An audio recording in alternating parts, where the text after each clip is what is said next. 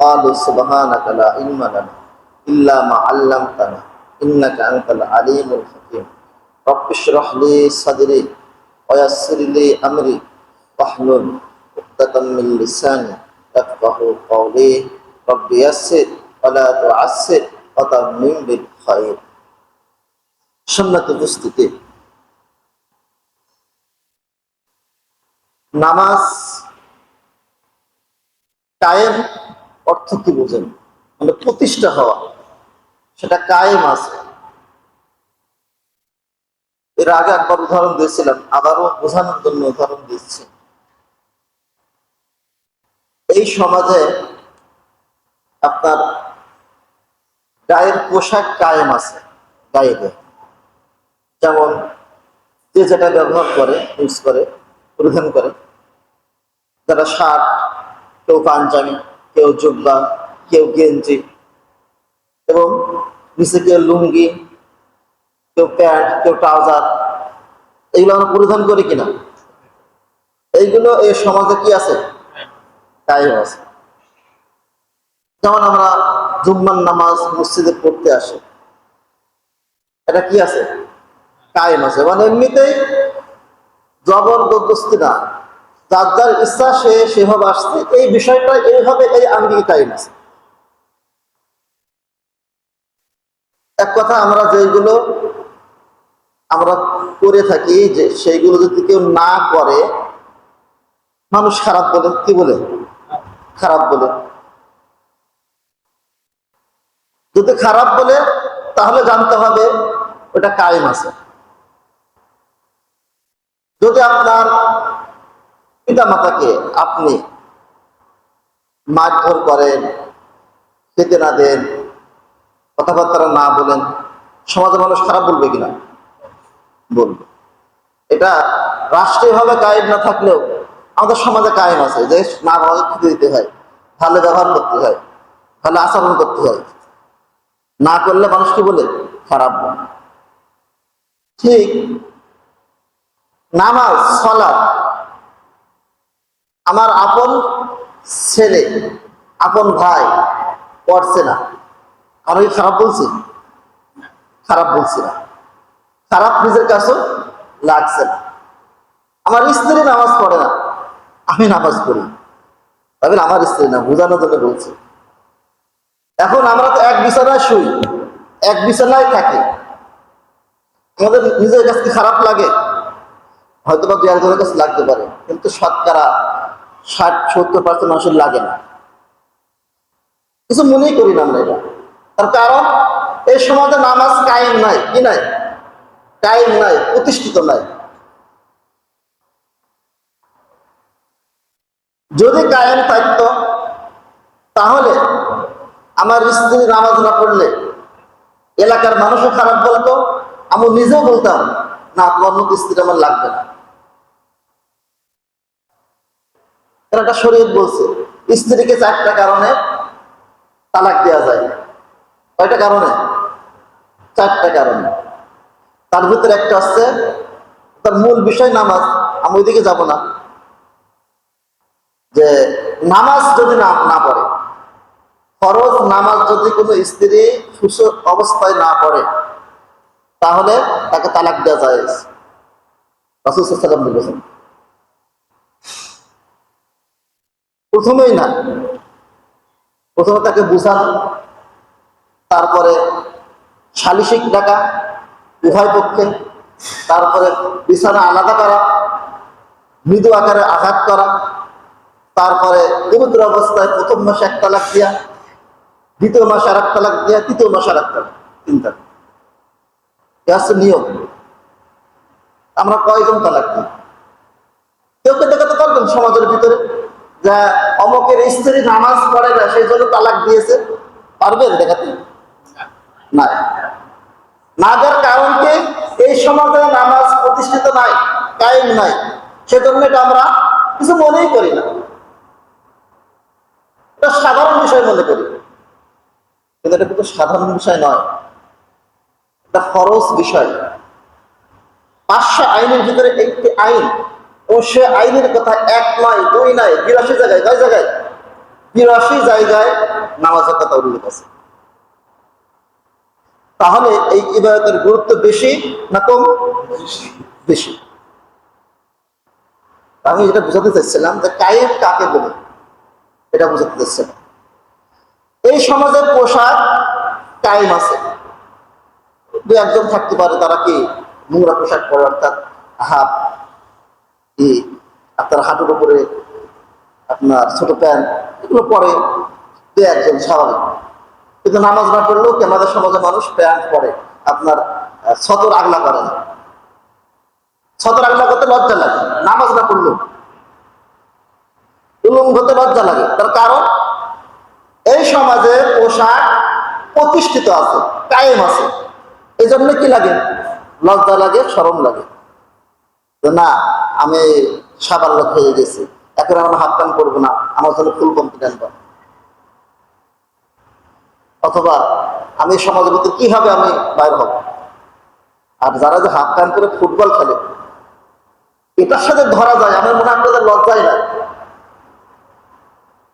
লজ্জাই নাই। Half pant করে football যদি খেলা যায়, যতক্ষণ পর্যন্ত ফুটবল খেলবেন ততক্ষণ পর্যন্ত ফেরেশতারা আপনার আমলনামায় গুনাহ লিখতেছে। তার কারণ যত মানুষ দেখবে আপনার সতর, তত মানুষের গুনাহ হবে, কবিরা গুনাহ। লেকিন সগীরা গুনাহ নাকি? কি গুনাহ হবে? কবিরা গুনাহ, বড় গুনাহ। সম্মানিত উপস্থিতি, আমি যে কথা বুঝাতে চাইছিলাম যে কায়েম কাকে বলে। তাহলে কায়েমটা বুঝতে পেরেছেন, প্রতিষ্ঠা বুঝতে পেরেছেন। আমাদের আলোচনার যে মূল হেডলাইন, মূল বিষয় ছিল শুধু নামাজ নিজে পড়া নয়, নামাজ কায়েম করাই হচ্ছে মুমিনের মূল দায়িত্ব। সম্মানিত উপস্থিতি, এই নামাজটা কায়েম করবো কিভাবে, কিভাবে প্রতিষ্ঠা করতে হবে? দেখেন, যেই সমাজে কোরআনের আইন, যেই রাষ্ট্রে কোরআনের আইন সংবিধান চালু আছে, সেই রাষ্ট্রে আমার মতো ইমামের না বললে হবে। আমার মতো ইমামের নামাজের কথা না বললেও হবে। আমার মতো ইমাম এই মেম্বারে জুম্মার নামাজ পড়াচ্ছে প্রায় 9 বছর, 10 বছর চলছে। 10 বছরে আমার আলোচনার সঙ্গে কয়জন নামাজি হয়েছে? কয়জন হয়েছে? এই সমাজে কয়জন হয়েছে? হবে না তো। এক কান দিয়ে শুনে আর এক কান দিয়ে বাহির করে। মসজিদ থেকে বাইরে হওয়ার পরে কি সব শেষ? মনে করি ইমামের দায়িত্ব আমরা দিয়েছি, ইমাম এটা বলবে। কিন্তু একবার যদি এটা কায়েম হয়ে যেত, সংসদে চালু হয়ে যেত, আমি যে কতবার বলেছি নামাজের কথা, তা ঠিক নাই, একজনের নামাজে হয় নাই, উদাহরণস্বরূপ সে। কিন্তু সংসদে যদি একবার হ্যাঁ নামাজের পক্ষে আমরা চালু হয়ে যেত, তাহলে প্রত্যেকেই নামাজ পড়তে বাধ্য, প্রত্যেকে নামাজ পড়তে কি বাধ্য। কিন্তু এই সমাজে তো নামাজ কায়েম নাই। এখন কি আমার বসে থাকলে হবে? আমার আপনার বসে থাকলে হবে? হবে না। কায়েম করার জন্য প্রচেষ্টা করতে হবে, আমাদেরকে বিভিন্নভাবে কায়দা কৌশলে সেই জায়গায় যেতে হবে এবং ব্যক্তিগতভাবে নিজ উদ্যোগে চেষ্টা করতে হবে সমাজের ভিতরে নামাজ কায়েম করা। এবং সামাজিক সংগঠনের মাধ্যমে, রাজনৈতিক সংগঠনের মাধ্যমে এইগুলোই কায়দা কৌশল। এবং সেই যেই স্থান থেকে যে স্থানে গেলে নামাজ কায়েম হবে, সেই স্থানে যাওয়ার জন্য চেষ্টা করতে হবে সর্বোচ্চ। অনেকে বলে না যে হুজুররা, আলেমরা সংসদে যায় কি করবে, এরা আবার রাজনীতির কি বোঝে? নাউজুবিল্লাহ। এটা কিভাবে তো বোঝাবো আপনাদেরকে? দেখেন, রাজশাহীর একজন সংসদ সদস্য বাংলাদেশ জামাত ইসলামের নাইব আমির, তিনি সংসদে কি বললেন যে এই সংসদে আওয়ামী লীগ, বিএনপি, জাতীয় পার্টি 50 বছর ঠিক আছে পরিচালনা করছে, কোনদিনও এই নামাজের কথা কেউ বলি নাই, প্রতিষ্ঠা করতে পারি নাই। উনি যদি ওই সংসদে না যেতে পারতেন, তাহলে কি কেউ বলতে পারতেন? উনি বলতে পারতেন?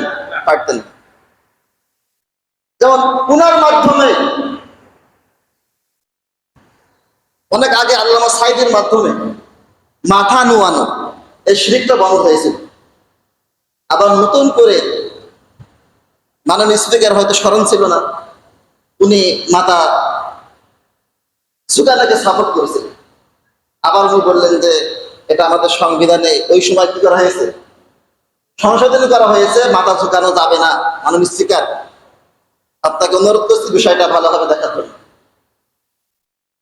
পরবর্তীতে উনি কি করলেন, ভালোভাবে সংবিধান দেখলেন, তিনি সময় নিলেন, আমি সময় নিলাম, সংবিধান দেখে আবার কি আপনাদেরকে এই বিষয়ে আমি আপনাদেরকে সিদ্ধান্ত করতে হবে। পরবর্তীতে তিনি সংবিধান ভালোভাবে পড়ছেন, দেখছেন, তিনি সিদ্ধান্ত জানালেন যে এখন থেকে কেউ মাথা ঝুঁকাবে। এখন উনি যদি এই জামাত ইসলাম যদি ওই আপনার সংসদে না যেতেন, তাহলে এটা কি হতো? সম্ভব হতো না। অনেকে তো বলে যে আমরা রাজনীতি করে কি করবো, আমরা নামাজ পড়বো, জিকির করবো, আল্লাহ আল্লাহ করবো, মানুষের নামাজের দাওয়াত দেবো, তো হয়ে গেল। রাজনীতিই বোঝে না, কোরআনই বোঝে না, কোরআনই বোঝে না। আল্লাহ রাসূল সাল্লাল্লাহু আলাইহি সাল্লাম রাষ্ট্রনায়ক ছিলেন কিনা? ছিলেন। ওমর রাদিয়াল্লাহু তাআলা আনহু কি ছিলেন? রাষ্ট্রনায়ক ছিলেন। 4 খলিফা কি ছিলেন? রাষ্ট্রনায়ক ছিলেন। আপনি বলছেন যে রাষ্ট্র কেন এত রাজনীতি করা লাগবে, কেন যাওয়া লাগবে ক্ষমতা না গেলে কি হয় না? তা আপনি এতদিন আপনি দাওয়াতের কাজ করে কয়জনকে নামাজ বানাইছেন, কয়টা শিরককে আপনি উৎখাত করেছেন? করতে পারেন নাই। মাননীয় স্পিকার যদি আপনার রায় না দিতেন, তাহলে কিন্তু প্রত্যেকের বাধ্য মাথা নোয়ানো, বাধ্য কিনা? বাধ্য। তিনি বললেন না, এখন থেকে মাথা নোয়ানো লাগবে না। এবারে ঘটনা সম্মত উপস্থিতি। এখন আমাদের যেহেতু রাষ্ট্রীয়ভাবে নামাজ কায়েম নাই, আমাদের করণীয় কি? আল্লাহ বলছে ইয়া আইয়ুহাল্লাযীনা আমানু কু আনফুসাকুম ওয়া আহলিকুম নার। হে ঈমানদারেরা, সূরা তাহরিম 6 নম্বর আয়াত, তোমরা নিজে জাহান্নামের আগুন থেকে বাঁচো, তোমার আহলে পরিবারকে জাহান্নামের আগুন থেকে বাঁচাও। আগে আমার ঘর সামলাই। রাষ্ট্রীয়ভাবে কায়েম যখন আমরা চেষ্টা করব, কখন হবে তা তো ঠিক নাই, আমাদের চেষ্টার কোনো থাকবে না, সর্বোচ্চ চেষ্টা করব, কিন্তু নিজে বসে থাকলে তো হবে না। আমার পরিবারে আমার পিতা নামাজ পড়ে না, আর মা নামাজ পড়ছে না, আমার সন্তান নামাজ পড়ছে না, আর ভাই নামাজ পড়ে না, অথচ এদিকে কোনো খেয়াল নাই। আপনার পরিবারকে আপনি ঠিক করুন। ওয়ানজির আশিরাতাকাল আকরাবিন, নিকটতম আত্মস্বজনকে, নিকটতম মানুষদেরকে দাওয়াতি কাজ করো, আমার ভয় দেখাও, জাহান্নামের ভয় দেখাও, নামাজের দাওয়াত দাও।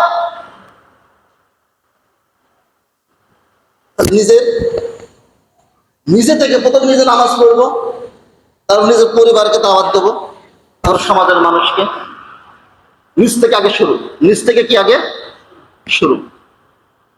আপনি সারা জীবন ইসলামী আন্দোলনের কর্মী খাতা নাম লেখালেন, ইসলাম আন্দোলন করে গেলেন, নিজে নামাজ পড়লেন না, তাহলে কি হবে? এই ইসলামী আন্দোলন করার চারানা পয়সা আপনার দাম নাই। আগে নিজে নামাজ পড়েন। তাই বলে আমি ছোট করছি না। 2 নম্বর, আপনি নিজে নামাজ পড়বেন। 2 নম্বর, আপনার পরিবারকে কি করবেন? নামাজি বানাবেন। সাথে করে আপনার সন্তানকে নিয়ে আসবেন। আপনি তো নামাজ পড়তে আসতেন, সন্তান কি হবে? আগে আপনার সন্তানকে নিয়ে আসছেন, ঠিক আছে, এবার আপনার আশেপাশে যারা আছে তাদের দাওয়াত দেন, ভাই চলেন নামাজ পড়তে যাই। তারা আসুক বা না আসুক, আপনার দায়িত্ব তাদেরকে দাওয়াত দেয়া। আল্লাহ তো শুধু এটা বলে নাই নিজে নামাজ পড়তে যাও, ওয়াকিমুস সালাহ, নামাজ কায়েম করো, স্পষ্ট ভাবে কায়েম করো 15 জায়গায় আসছে। কয় জায়গায়? 15 জায়গায় ওয়াকিমুস সালাহ এই শব্দটি। আর নামাজ পড়ো এক জায়গায় আসছে। আর অন্যান্য জায়গায় আসছে বিভিন্ন নবীদের ঘটনা, তাকে নামাজ পড়ার জন্য বলছে, নবীরা দাওয়াত দিয়েছে, বিভিন্ন আঙ্গিকে আসছে, মোট 82 জায়গায়। সম্মানিত উপস্থিতি, দেখেন প্রত্যেকে সাধ্য অনুযায়ী আমরা চেষ্টা করছি। যেমন একজন সংসদ সদস্য হানজালা, নাম শুনছেন? হানজালা, তার একটা বিচার দেখলাম, আপনারা হয়তো বা যেটা দেখছেন, পরকিয়া করছে একজন পুরুষ নারী, তাকে বিচারের আসনে বসাইছে। তার বিচারটা কেমন ছিল? তিনি বললেন যাতে নামাজ সকল ফাহিশা কাছ থেকে বিরত রাখে, তিনি নামাজ পড়ে না, তিনি বিভিন্ন খারাপ জিনিসে আসক্ত। ইন্নাস সালাতা তানহা আনিল ফাহশাই ওয়াল মুনকার, এই হেডলাইনে একদিন আলোচনা হবে ইনশাআল্লাহ। এখন যে বিষয়টা বোঝাতে যাচ্ছি, তার মূল বক্তব্য এটাই বোঝাতে চেয়েছে নামাজ সমস্ত ফাহিশা কাছ থেকে বিরত রাখে। অতএব তোমার বিচার কোনো মার ধরে না, জরিমানা না, তোমার বিচার 3 মাস, মনে হয় 3 মাস, 3 মাস একাধারে মসজিদে জামাতের সঙ্গে নামাজ পড়তে হবে। আর ইমাম সাহেবকে বলে, এলাকায় ইমাম সাহেবকে বললাম, বলে আপনার দায়িত্ব ওর নামাজ পড়তে আসছে কিনা আপনি খেয়াল রাখবেন, না আসলে আমাকে খবর করবেন, আমাকে জানাবেন। এই নামাজে আপনাকে সকল প্রকার অশ্লীল বেহাপানা খারাপ কাজ থেকে বিরত রাখবে। অতএব হানজালা সাহেব তিনি দায়িত্ব দিলেন, তার আদেশ করলেন আপনি 3 মাস মসজিদে একাধারে জামাতের সঙ্গে নামাজ আদায় করতে হবে, তাহলে মহল্লায় থাকতে পারবেন না। দেখি খুব বেশি করেছেন নাকি? সে তো অমুসলিম না, সে তো অমুসলিম। যাকে এই কথাটা বলেছে, আদেশ করেছে, উনি তো অমুসলিম না, উনি তো মুসলিম। উনি কি কথা বলেন? মুসলিম, তার অবশ্যই ঠিক আছে।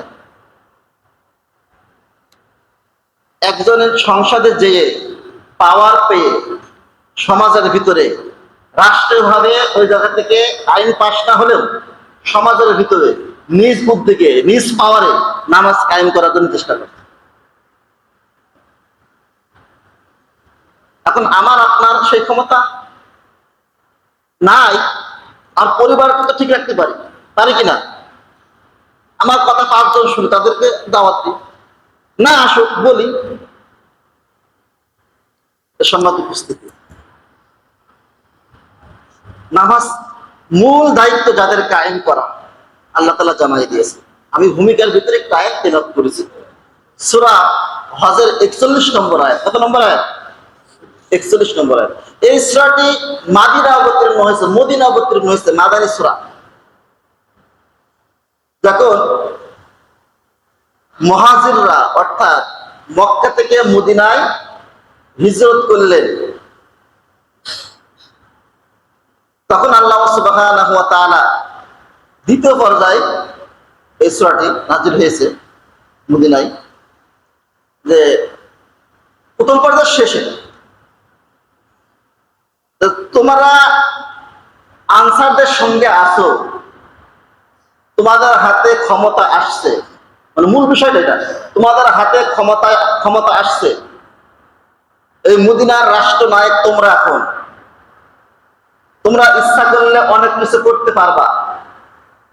অনেক কিছুর ভিতরে তোমাকে 4টা দায়িত্ব দিচ্ছি। কয়টা? 4টা দায়িত্ব দিচ্ছি। এটা মূল বিষয়টা আমি আপনাকে বুঝাচ্ছি। কোরআনের আলোকে আল্লাহ সুবহানাহু ওয়া তাআলা বলছে, আল্লাযীনা ইম্মাক্কান্নাহুম ফিল আরদ আকামুস সালাহ ওয়া আতুস যাকাহ ওয়া আমারু বিল মা'রুফ ونهوا عن المنكر الله أكبر আল্লাহ তাআলা জানাই দিল 1400 বছর পূর্বে যারা মুসলমান ঘরে জন্মগ্রহণ করে ক্ষমতায় যাবে, যারা মুসলিম নিজেকে দাবি করবে, ইমানদার দাবি করবে, তারা যদি রাষ্ট্রনায়ক হয়, এই জমিনের সকল ক্ষমতা যদি তাদের হাতে থাকে, তারা ইচ্ছা করলে যে কোনো ক্ষমতা চেঞ্জ করতে পারে। পারে কিনা বলেন? পারে। তারা যদি ক্ষমতায় যায়, তাদেরকে যদি রাষ্ট্রনায়ক আমি বানায়, তাহলে তারা প্রথম 4টি কাজ করবে, 4টি কাজের আঞ্জাম দেবে। সুবহানাল্লাহ। কয়টি কাজের বলেন তো? 4টি। 1 নম্বর, আকামুস সালাহ, তোমরা নামাজ কায়েম করবে জমিনের ভিতরে। কিন্তু সংসদে যখন নামাজ কায়েমের কথা উঠলেন, সমালোচনা শুরু হয়ে গেল, বাংলাদেশে কি নামাজ কায়েম করা যায় নাকি? কি বলে হুজুররা, এই জন্য হুজুর সংসদে নিয়ে ঠিক হয় না। জানতাম মানে বিভিন্ন ভাবে সমালোচনা হাউদে শুরু হয়ে গেল, বাইরে যা সমালোচনা শুরু হয়ে গেল। সেই আদি যুগে 1400 বছর পূর্বের আইন এখন পাশ করতে গেলে হয় নাকি? নাউজুবিল্লাহ। যখন একজন সংসদ সদস্য বললেন যে আমরা সকলের ক্ষমতা দেখেছি, কেউ বলে নাই হাউদে নামাজ কায়েম করার কথা, আমি বলতেছি নামাজ কায়েম করতে হবে, আমরা মুসলমান, নামাজ কায়েম করতে হবে। ওই সময় জোরে জোরে সমালোচনা করলেও বাইরে যায় বিভিন্ন ভাবে সমালোচনা শুরু হয়ে গেল। কিভাবে নামাজ কায়েম করবে, এটা সম্ভব না। কিন্তু তুমি মুসলিম ঘরে জন্মগ্রহণ করেছো, আল্লাহ 1 নাই 2 নাই 82 জায়গায় বলেছে নামাজ পড়ো, নামাজ কায়েম করো, আর সেই হুকুমকে তুমি ইনকার করছো, বাম আঙ্গুল দেখাইছো। তুমি নামে মুসলমান, তুমি কামে মুসলমান না, তুমি কাটা মুসলমান। ঠিক কিনা বলে? তুমি সত্যিকার অর্থে মুসলমান ঘরে জন্মগ্রহণ করে থাকো আর মুসলিম দাবি করে থাকো, তাহলে তুমি এই কথা কখনো বলতে পারবা না এই সমাজে নামাজ কায়েম করা সম্ভব না। ভাইয়েরা আমার, বন্ধুরা আমার, আল্লাহ তাআলা এমন কোন দায়িত্ব, এমন কোন কাজ মানুষের উপরে চাপাই দেয় না যা মানুষের জন্য অসম্ভব। লাহা মা কাসাবাত লা ইউকাল্লিফুল্লাহু নাফসান ইল্লা মা উসআহা লাহা মা কাসাবাত ওয়া আলাইহা মাকতাসাবাত। আল্লাহু আকবার। সূরা বাকারার 6 নম্বর আয়াত, প্রথম অংশ। তা মানুষের উপরে এমন কোন বোঝা চাপিয়ে দিই না যে মানুষ করতে কি হবে, কষ্ট পাবে। আমি যেগুলো মানুষের উপর চাপাইয়ে দিয়েছি প্রত্যেকটি কাজ মানুষ করতে গিয়ে ইচ্ছা করলেই সম্ভব। 1 নম্বর, ক্ষমতা গেলে কি করবে? নামাজ কায়েম করবে।